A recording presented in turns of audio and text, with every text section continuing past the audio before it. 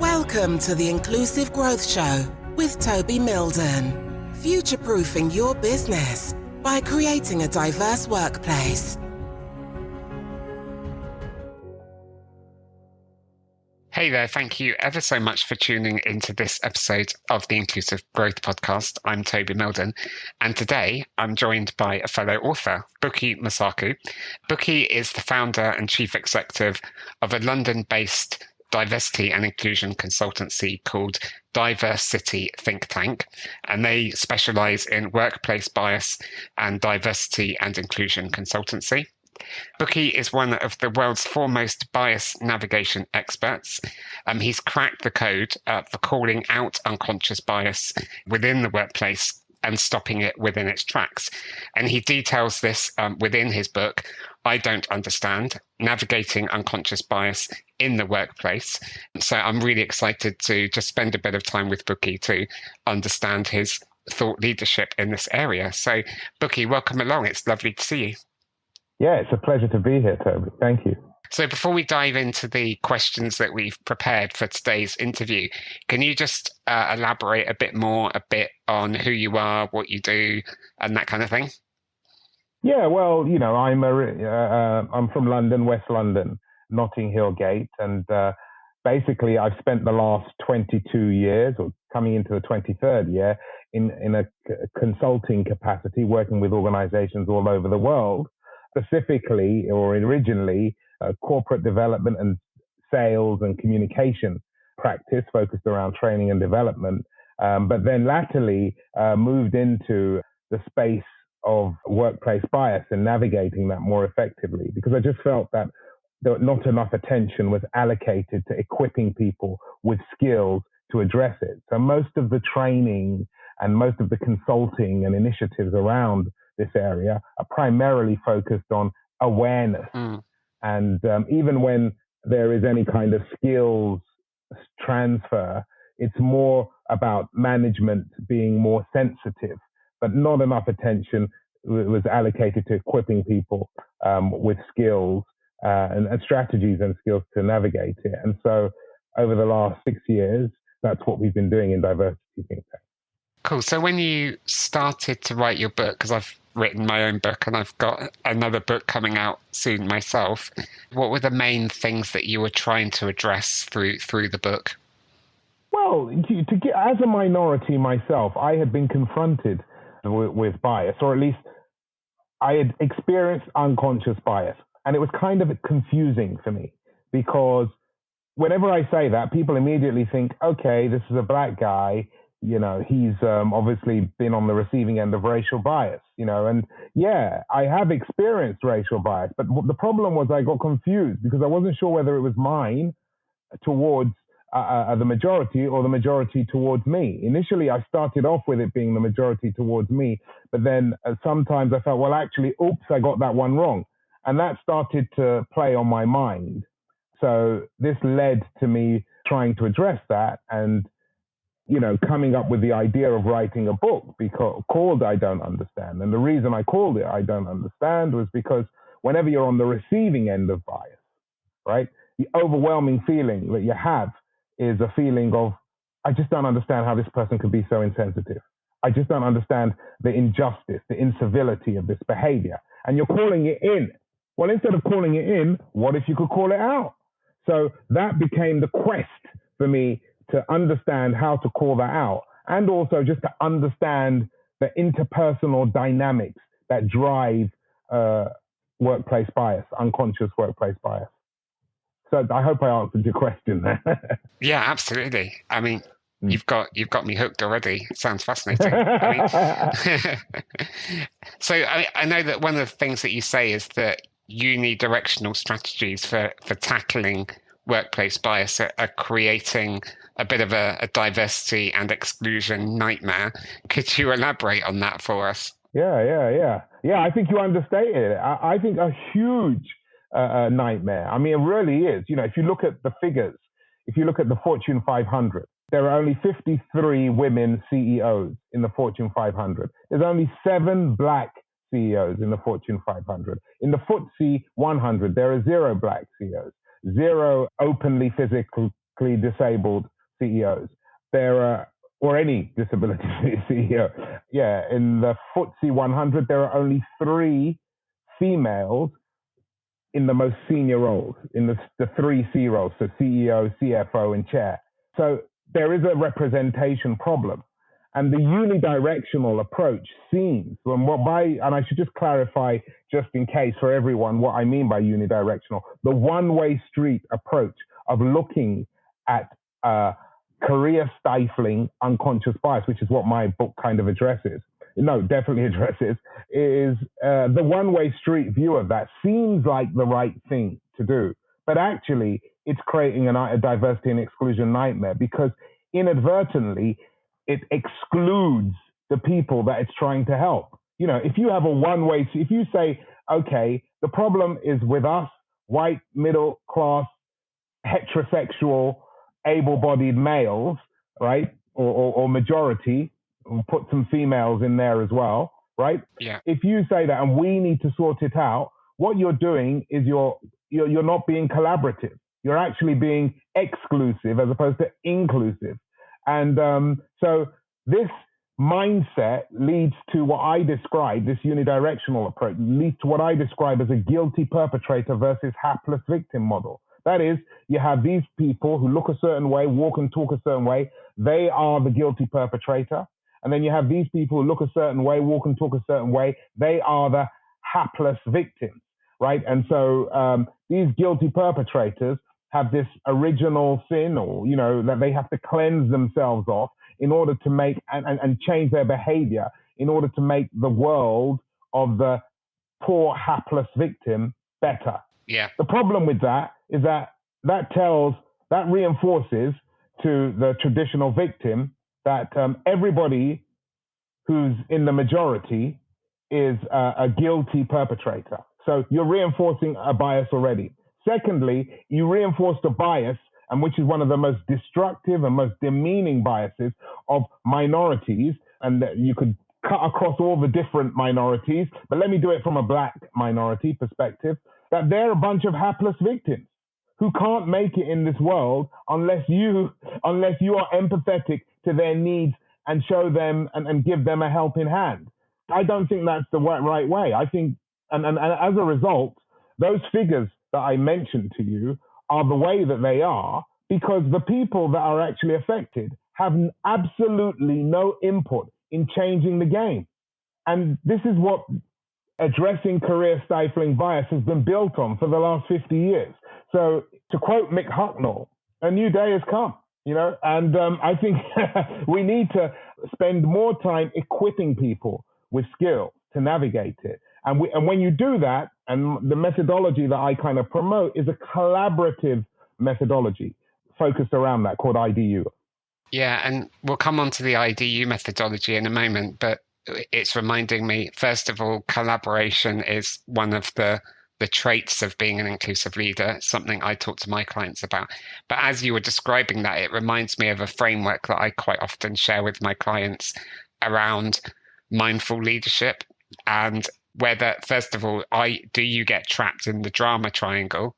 So, are you the perpetrator? Are you playing the victim? Are you playing the rescuer? Or are you an empowering leader? So do you take on much more of a coaching mindset? As you were describing it, it was just ringing some bells for me. Yeah, and that's true. That especially that rescuer, I think, is what a lot of people have been sort of guilted into, and it's become a way of thinking. And yes, it's great that we've had all these strides in diversity, equity, and inclusion, but it's very important that we don't lose sight of what you said there, empowerment. You don't want to disempower the already disempowered by excluding them from the process. And including them in the process isn't just having pronouns by our names and celebrating dates. That's great. Don't get me wrong. And eating different types of food and doing events with people. Those are all important things. But we have to equip people with skills to actually take control of the process. In essence, if I'm biased towards you, you should be able to call me out if you're my boss. And likewise, if you're biased towards me, I should be able to call you out. So the question then becomes, Well, how do I do that without getting your back up and without getting my back up so that I can navigate it? But at the moment, we just don't have that. We send people to safe spaces. Yeah, a term that I'm coming across quite a lot lately is the need to create brave spaces. Oh, I love that. That's great. Yeah, because we talk about creating safe spaces, but in a way that the problem with that is that we need to go a step further. We need to create these kind of brave spaces where people feel able to speak up and, like you say, call in, call out, and unidirectional as well. Yeah. So you've mentioned this already, your IDU methodology. I like a bit of a framework and a methodology. Can you tell us a bit about what the IDU methodology is all about? Yeah, so essentially, when you're on, like I said, when you're on the receiving end of bias, right, what you sense, and it's always sensed, it's important for me to say that. Otherwise, it would be explicit, not implicit bias. It would be explicit. So you never actually 100% know. So when you sense bias, and most people feel they can't say anything. And so what they do is they call it in. But that call in tends to have some variation of, I just don't understand why these people are behaving in this way, or this person. How could someone be so nice and then be so wicked? Or how can't they see this? So instead of calling it in, what if you could call it out? So then the question then became, well, what am I trying to call out? Well, I'm trying to call out my misunderstanding of the situation, because I really don't understand how this unfairness is happening in front of me. So I thought, well, what if I could say that to someone? And that became the whole basis for the IDU methodology. What also became the basis of the IDU methodology was an acceptance of the multidirectional nature of workplace bias, right? So it's not unidirectional. That means that sometimes, and as I alluded to earlier, if all bias is sensed, I can misinterpret a person's decision or a person's behavior as driven by unconscious bias, right? When I make that misinterpretation and I'm wrong, right, that becomes my bias. Because what's my misinterpretation based on? It's based on hearsay, it's based on my past experiences, and it's based on a wider narrative about the majority. So my misinterpretation becomes my bias. So in order to make the IDU methodology work, right, the step one is accepting the multidirectional nature of workplace bias, something which nobody seems to want to do, right? What happens is that we have workshops and programs, and people will say, we're all biased, we all have biases. Think of a pilot, and you think of a pilot, and they say, what you see is that you think of immediately as a white male. You don't think of a woman, you don't think of a black person, you don't think of a physically disabled or person, you just think of a white male, white able-bodied male. That's what you tend to think of, right? Yeah. So we're all biased. But then the training that comes after that is primarily focused around correcting, getting the majority to self-correct. But I thought we're all biased. So if we're all biased, first of all, the training should encompass all of us, right? And I don't think it really does, right? Yeah. It does in a way, but it really doesn't. So that was the first thing. So with the IDU methodology, it was a way, I had to come up with a way of calling out bias, right? Navigating it, sensed bias, but allowing for misinterpretation. And that's what the IDU does. It's based on what I describe as you'll like this because you like acronyms and stuff. DDE, dispassionate developmental inquiry. Coming from a place of developmental inquiry. It's the purest, it's the most unscathed place. So when you say, I don't understand, it tends to invoke a certain reaction. And the reaction tends to be, what don't you understand? Or let me explain. And that gets you into a sticky conversation, a biased conversation, which you wouldn't have been able to get into previously. And then the key is navigating that conversation using developmental inquiry. Yeah. I don't know how you feel about this because I do touch on implicit bias in a lot of the work that I do. And in one of my workshops, first of all, I use the definition by Verna Myers, she's the head of diversity over at Netflix, lives over in America, lawyer by background. She's done a couple of really good TED Talks. And in one of her TED Talks, she says that biases are the stories that we make up about people before we get to know them. Yeah. And I just love the simplicity of that definition, because there's a lot of academic definitions out there. And then I quite often tell people about the story that when I first did unconscious bias training, when I was on the receiving end of it, when I worked for the BBC, I found out that I was mildly biased against disabled people, which shocked me because I'm a wheelchair user and I was born with my disability, and my brother's got the same condition. I went to school with disabled kids. I've worked with loads of disabled adults. Yeah, I've got this mild bias. And wow. I mean, it just goes to show that this bias really is the product of social conditioning. It's me growing up in a world that's been designed largely by and for non-disabled people. And if you just think about the messages that have been put out there through British media, then disabled people are often portrayed as victims, villains, or heroes compared to non-disabled people. So it makes sense about why these biases have occurred. It then got me thinking at the time, I was thinking, surely there's going to be some unintended consequences now that I've got this awareness. Yeah, I don't know what your thoughts are around that, and what your personal experience has been. Yeah, I mean, you're making me think now. You're making me, if I have biases against minorities, or, I hope I don't, but I'm sure I do, I'm sure I do. But I think it's important to be aware of those biases if you have them. But I think what's more important is being able to, definitely navigate your own biases, definitely.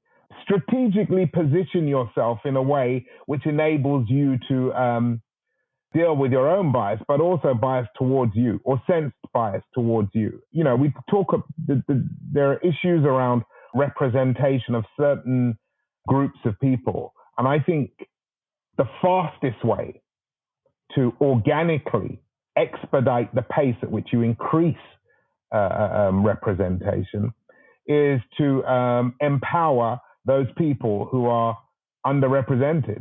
Yeah, and I think by knowing how to navigate actually, interestingly, to your point, in the IDU methodology, it has an inbuilt mechanism which actually forces you to recondition yourself and the other person. By recognizing, first of all, that there's a multidirectional nature to bias, you realize that you can be as much of the perpetrator as the victim. So I think that's really important. Just by doing that, it makes me think of your story and makes me think sometimes I need to check my own self, right?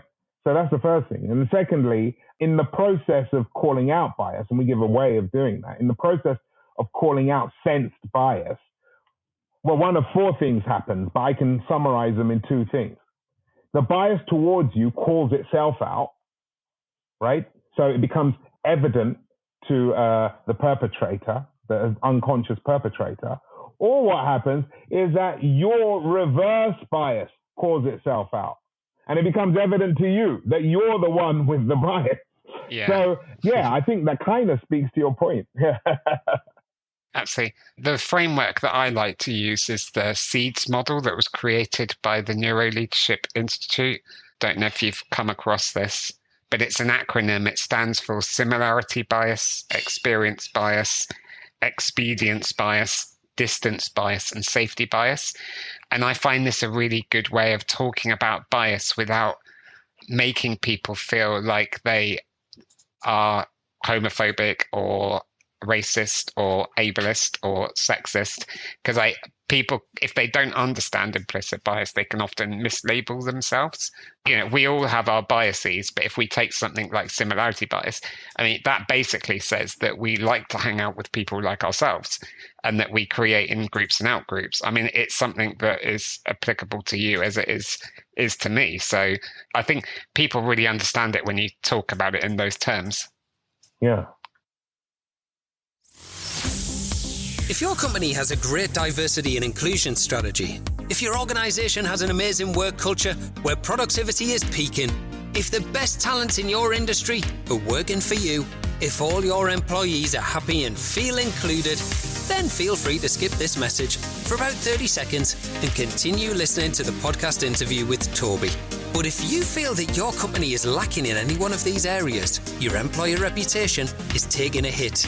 Toby Milden is one of the UK's leading diversity and inclusion experts. who has helped top companies like Deloitte, the BBC, Sony Pictures, and Centrica, as well as numerous scale-up businesses who want an outstanding inclusive culture. To go further in your diversity and inclusion journey, log on to Toby's webinar at www.milden.co.uk/free-webinar to accelerate your company's diversity and inclusion strategy in 40 minutes. Thanks for listening. And now back to the podcast interview with Toby.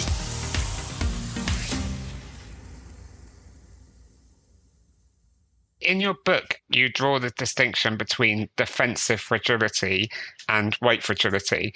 Can you just explain to me a bit more about the differences and why it's important to understand this? Yeah, well, look, white fragility is a phrase, a term coined by Robin DiAngelo, PhD, right? So she is a doctor. She wrote this book called White Fragility. It was a big seller. And I'm not going to say any more about it because it's sold enough already, right? But she and the principle behind this, the basis of it is that white people become fragile, emotionally fragile and uncomfortable when confronted with the realities of racial inequality. Yeah, that's it. The basis of the book is that white people need to own up or be more aware, break with the apathy of their racial bias in particular towards black people. And that's what the book is basically about. Now, first of all, I'm just going to say, and commentators have latched onto that, have latched onto that in the UK, US, and all around Europe. And they check organizations and themselves for their fragility levels and all of this kind of stuff. Frankly, I'm going to try and be professional here, right? I think that it's nonsensical, right? The thesis is nonsensical. People get annoyed because you say bad things about them. Well, hello, I get annoyed. No sugar, Sherlock. I get annoyed when you say bad things about me. So is that black fragility? Whether they're right or wrong, I would get annoyed. If you said to me, black people and people like me have a chip on our shoulder, I might respond and say, you're damn right I got a chip on my shoulder. Never mind a chip, I've got a boulder on my shoulder, and it should be a tree. You have no idea what it is to be a black guy trying to make it in a white man's world in the US and the UK. You couldn't walk a meter in my shoe, let alone a mile. Isn't that fragile? Isn't that the same fragility attributed to white people, right? So this is that philosophy is a major example of what I describe as the guilty perpetrator, hapless victim model, which is driven by unidirectional views of workplace bias, saying that it's one way. It's not one way. So the difference between the example that I just explained to you, and that what she attributes as white fragility, and I said, what do you call mine black fragility? Actually, it's not a color fragility. It's what I describe as defensive fragility. It's the propensity for human beings to be upset that you paint them in a negative light. So it's really important to understand that, especially from the state's perspective, where this has been like this book and this philosophy is being eaten up by certain quarters like Babies Eat Farley's Rusk and Similac, right? It's really important to understand that it's human nature to get your back up when somebody paints you in a negative light. And actually, the biggest obstacle to navigating bias at an interpersonal level or at an institutional level is defensive fragility. It's the propensity for people to get their back up. Because if I sense bias from you as my boss, I don't want to tell you because you might get upset. So guess what I do, Toby? Guess what I do? I don't tell you. At worst, I don't tell anyone. I keep it in, which is bad for my well-being. But what I tend to do is I go to tell somebody else. And guess who that somebody else looks like? They look like me. Yeah. Right? They tend to be a black person. And then they'll say to me, oh, welcome. That's happened to me, which reinforces a bias about the majority. Now, the same thing happens on the other side because we're all the same. You might sense my bias because it could be palpable, but you won't tell me.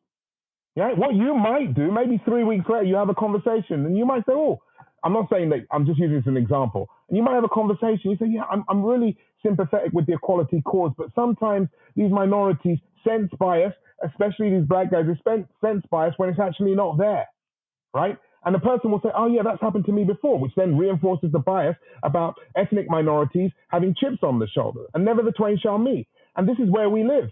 And then you've got boards who will address this by saying, oh, we need to do a bias awareness training so that we can make sure minorities are treated better. All you senior leaders, all you majority leaders need to self-correct, check yourself, and they spend inordinate. I think it's important to spend some time on that, but inordinate amounts of time on that. But they don't spend enough time equipping the minority with the skill and themselves with the skills to call out multi-directional bias, because we're all guilty of it. Absolutely. It's unconscious. Yeah. Does that make sense? Did I sort of did I differentiate between white fragility and defensive fragility? No, totally. It's really interesting, and it makes a lot of sense. I'm just thinking that the person listening to us right now might be thinking, this is really interesting, but how does it work in practice? How can I call out this multi-directional bias when I see it or sense it? And what can I do within my world of work? Can we leave the person listening to us right now with some practical hints and tips? Yeah, well, look, I think that there are a couple of things that they can do. First of all is to determine what type of bias you're being confronted with. And that will determine how you respond. And I like to break it down into categories, right? So there is what I call simple bias, right? Simple directional bias that's directed towards you, right? That's the one that we're all kind of familiar with. And there's complex bias. Now, simple directional bias is microaggression, right? These are like microaggressions. These are slights about your character, about your personality, about your ethnicity, right? And then you have complex directional bias. Complex direction is the stuff that you can't put your hands on. It's intangible. Maybe you're not shortlisted for a role, or you're never given a glamorous project, or you never seem to be making partner, but you're better than everybody else and you bring in more money. Or all of these are intangible because they're difficult to prove, they're complex because it's difficult to prove. So how do you deal with that? Well, with the microaggression, right? I think we should and this goes contrary to what most people say, give them the attention they deserve, which is very little, right? So from a steps perspective, the first thing I would suggest somebody do is whenever you sense a microaggression towards you, is give the person the benefit of the doubt, but still call them out, right? And the way that you call them out is you back the microaggression away with a comment in kind and then move on and enjoy your lunch. So I'll give you an example. When I started speaking, people would say to me, oh, Buki, you speak so well. You're very articulate. So I would immediately think, wrongly in many cases, you're shocked because I'm a black guy. You don't expect a black person to be articulate. This was my bias, right? But this is what I would think, right? Sometimes that was the case, but I'm sure more often than not it wasn't. They just thought I spoke well, right? So I could get up. My internal talk was, oh yeah, why are you so surprised? I'm a client-facing person just like you. I'm a graduate. Why are you so surprised? It's just because I'm black. That's what my internal dialogue was, right? And I get all upset about it. But instead of doing that, what I would do now is give the person the benefit of the doubt. The person says, you speak so well. I'll say, great, thank you. So do you. And then move on. Or I might say, oh, don't sound so surprised. And then move on. I don't need to mix it and get into one. And what that does is give the other person something to think about, semi-reconditions them, and you can enjoy your lunch. So that's the whole way I kind of deal with microaggressions and stop them from accumulating and causing the kind of distress that they can do. So that's one way, right? And then the complex bias, which is the stuff in between. This is the stuff where, it could be gender. You don't think that you work in an organization where there's all men in senior management roles and you feel that you should be, or it could be gender identity issues or any of these things that you can't put your fingers on, touch on, and you're not being promoted or you're not getting the opportunity. You're not getting the same crack of the whip. The way to deal with that, well, I'll give you edited highlights version, right? There are 4 steps. Step 1 is set your mindset, right? So leave the baggage in the lobby. We have like racial baggage, physical disability baggage, gender baggage, neuropattern baggage, sexual orientation baggage that you have every right to be holding based on what society and your sector and your workplace is showing you. You've got to leave that in the lobby. You've got to leave that in the lobby. right? And then the question then becomes, well, why? Why do you need to leave it in the lobby? Why do you think I'm suggesting you need to leave that baggage at the door? Why do you think that? Well, I think it's so as to like not weigh you down, and then it creates that space for you to be able to move on. Exactly. And, that baggage impairs your vision. I don't know if you've seen the original Karate Kid. Did you see the original one? I have, yeah. Yeah, Mr. Miyagi. I'm sorry for those people who are too young to know what I'm talking about, right? But it was awesome. Watch it. Anyway, Daniel, his protege, is at his last fight, right? His final fight. And Miyagi said, and he's scared because he's been bullied and he wants to win this fight. And Mr. Miyagi says to him, empty your head. Well, and the reason he's saying is that it's so that you can have clarity. It's exactly the same thing. So step one is set your mindset, right? And the reason that you want to do that is so that you can move to step two. So the question then becomes, well, what is step two? So step two is give the person the benefit of the doubt. Give them the benefit, however certain you are, just give them the benefit of the doubt. But here's the rub, call them out anyway. So the question then becomes, well, how do I give a person the benefit of the doubt in terms of bias, which I definitely can sense, right? But then call them out, right? Well, the way to do that is to use these three powerful words. I don't understand. That's it. Tell them you don't understand. It's the purest, it's the most unscathed place you can come from. And guess what, Toby?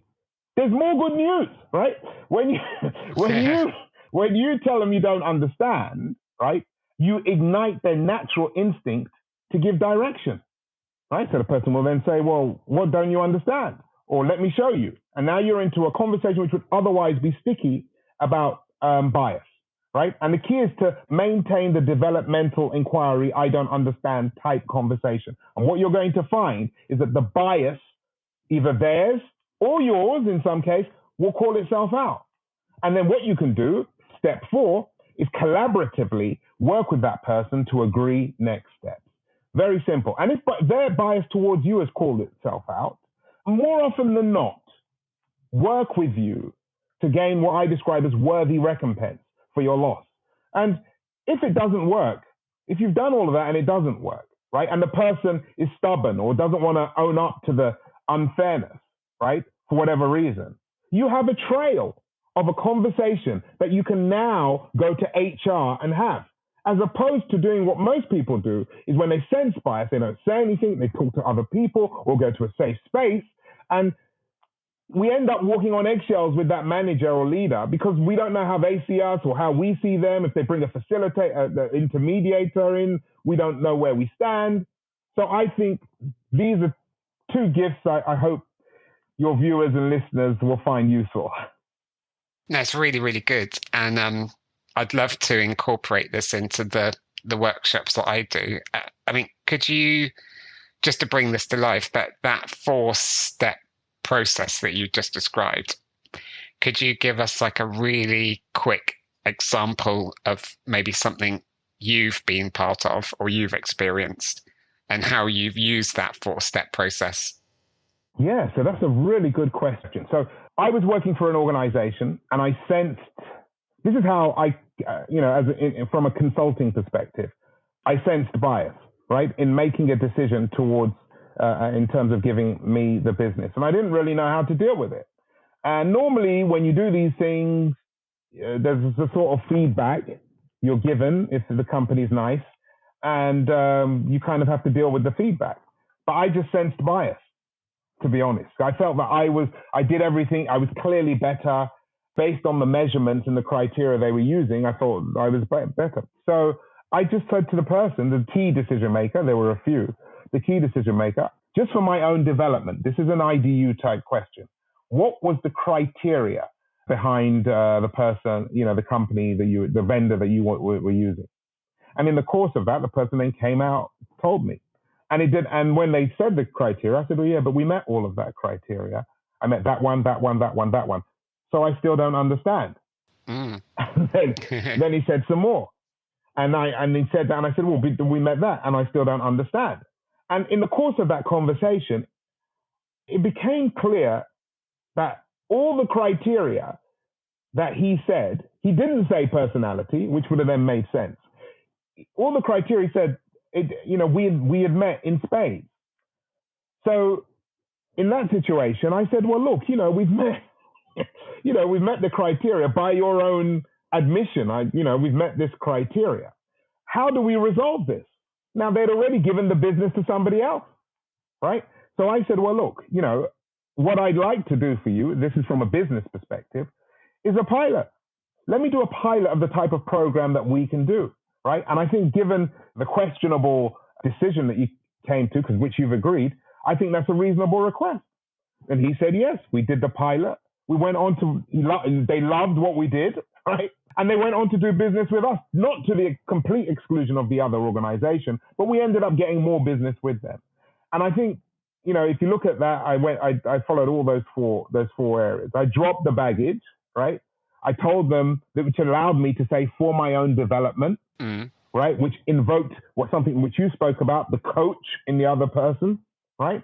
So he was open to tell me the criteria, and we've now got into a conversation. I didn't make it a black thing, right? Or a class thing. I just kept asking questions, criteria type questions, which is a form of I don't understand, IDU. And in the end, the bias called itself out. And so we were able to agree collaborative next steps. So hopefully people can take that and say, right, how I can use that in my situation. If I feel I should have been given a job or I should have been shortlisted and I wasn't. And then the worthy recompense, and this is a really important bit, Toby. The person usually, once they sense unconscious bias, this isn't about people being bad, right? It's unconscious bias. When they sense that, they become almost, aggressive is the wrong word, but proactive in trying to resolve the situation. And you as the sensed victim, right, are strategically, advantageously positioned to capitalize on that proactivity. And as a result, it makes it a lot easier. You expedite the pace, you get what you want, because that's ultimately what people want. They just want to achieve their objective, have whatever, career, business, whatever. So that's hopefully that helps your guys. And from a management perspective, it's kind of the reverse of that. But I don't know if we've got enough time to go through that. I think we'll get you back on for another episode where we can talk some more. I mean, we're getting to the end of the episode now. The penultimate question I ask everybody is, what does inclusive growth mean to you? Again, an awesome question. And my answer to that is inclusive growth to me means accepting and acknowledging the multi-directional nature of unconscious bias or workplace bias. Because when we accept that, right, we truly become inclusive because we're accepting that we're all the same. If I have the propensity to be biased as a minority and a member of the majority has a propensity to be biased towards me, and we both acknowledge that, then our strategies for dealing with it are going to be inclusive by definition. But if we're saying that there's one bad set of people, right, and there's one put upon trodden people, we're taking a unidirectional view. So for me, inclusive growth is accepting the multi-directional nature of workplace bias. Brilliant. Now, if the person listening to us right now wants to learn more about their biases and the work on them, where do you suggest they go? Oh, yeah, definitely. Interesting you should say that, because we have an assessment tool called the Mosaku's Bias Navigation Test at navigatingbias.com, or you can go to bukimosaku.com. And this actually creatively assesses your unconscious bias strategies, or that we may be unaware of, that we employ or use. And so it allows you to identify those. And it's a 90-second assessment tool. So I'd encourage people to do that and go to my site. Excellent. Well, thanks ever so much for joining me today, Buki. It's been really interesting to talk to you. I mean, you've given me plenty of material that I'm going to start talking to my clients about when they want to talk to me about implicit bias within the workplace. So thanks for sharing your knowledge with us. You're welcome. You're welcome. And thank you for tuning into this episode of the Inclusive Growth Podcast with me and today's guest, Buki Mosaku. Please do go and get a copy of his book. As a reminder, it is I Don't Understand, Navigating Unconscious Bias in the Workplace. It's definitely a book worth picking up and reading if you want to understand how bias works within the workplace. So until the next time, take good care of yourself, and I look forward to seeing you on the next episode of the podcast, which will be coming out very soon. Take care. Thank you for listening to the Inclusive Growth Show. For further information and resources from Toby and his team, head on over to our website at milden.co.uk